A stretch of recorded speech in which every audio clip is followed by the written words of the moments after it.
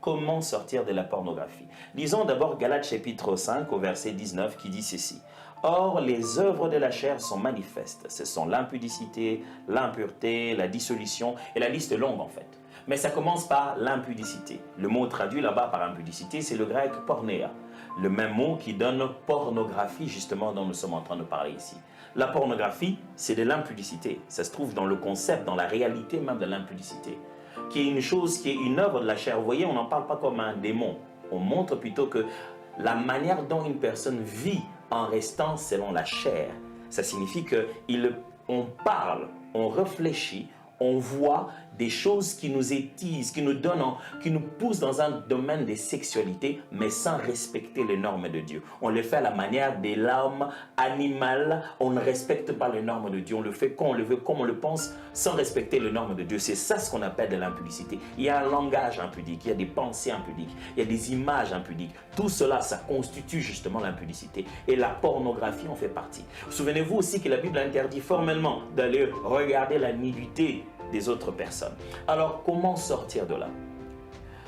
Beaucoup de gens sont déjà dans la pornographie sans s'en rendre compte. Ils pensent que la pornographie, ce n'est que quand les images vont devenir pleines et qu'ils regarderaient les gens nus. Or, vous avez des amis qui parlent impudiquement. Sortez de ces amis. Voilà, c'est comme ça qu'on en sort. Que vous soyez alors marié et que vous soyez célibataire, si vos amis ne racontent que des choses qui ont trait aux formes physiques des autres et qui ne font que parler avec légèreté, vous êtes en train de teaser vos envies vers la pornographie. Sortez des milieux des gens comme ça.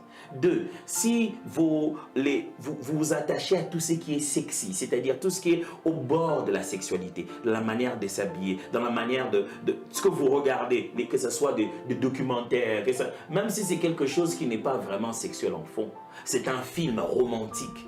Mais au fond, c'est rempli de fantasmes. Ça nourrit ta tête et ça te pousse à aller plus loin dans ce que tu demandes dans tes besoins sexuels. Alors, le marié doit éviter des amis et des gens et des milieux et des langages sexuels. Même chose avec les célibataires. Je vais insister quelque chose. Les gens pensent que quand tu te maries, alors, automatiquement, tu cesses d'être esclave de la pornographie. La pornographie, ce n'est pas un esprit mauvais d'abord. La pornographie, c'est une addiction. C'est-à-dire un comportement pour lequel tu as pris tellement plaisir que tu en es devenu esclave. Tu le fais tellement et tu attends tellement le plaisir. Et à chaque fois que tu le fais, tu veux faire plus parce que le plaisir d'hier devient moindre.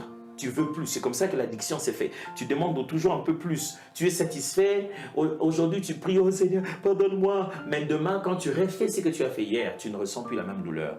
Il faut que tu dépasses encore les limites pour que tu ressentes la prochaine douleur. Et c'est comme ça que ça ouvre une porte vers l'ennemi. Alors, le fait de se marier et d'avoir un cadre dans lequel tu vis ta sexualité ne signifie pas que tu es libre de cette addiction. Parce que même dans ta vie de couple, tu auras du mal à demander à ton conjoint de faire les choses que tu vois dans ta pornographie. Et même certains couples ont même fait plus. Ils amènent la pornographie dans les couples en disant que c'est pour les étiser. Vous n'en avez pas besoin. Vous êtes en train d'amener un péché et vous êtes en train de faire un culte dans votre couple. Et ce n'est pas une bonne chose. Comment sortir de cela? Arrêtez de regarder les images pornographiques. Arrêtez de vous exposer à un langage, à des amis et à un milieu pornographique. Et bâtissez des nouvelles habitudes, brisez ces anciennes habitudes. Faites un effort de pouvoir avoir quelqu'un à qui vous parlez. Vous carrément confessez près de lui. Quelqu'un qui vous check. Il dit dans 21 jours, est-ce que tu l'as encore fait? Quelqu'un à qui vous êtes sincère, vous pouvez lui dire, je ne l'ai pas fait. Et quelqu'un qui t'appelle, comment ça va? Tu as bien dormi? Tu as regardé encore ces choses? Il faut que quelqu'un veille sur toi de cette manière, comme la Bible dit. Confessez-vous les péchés les uns les autres. Dieu vous bénisse. J'espère que c'était utile.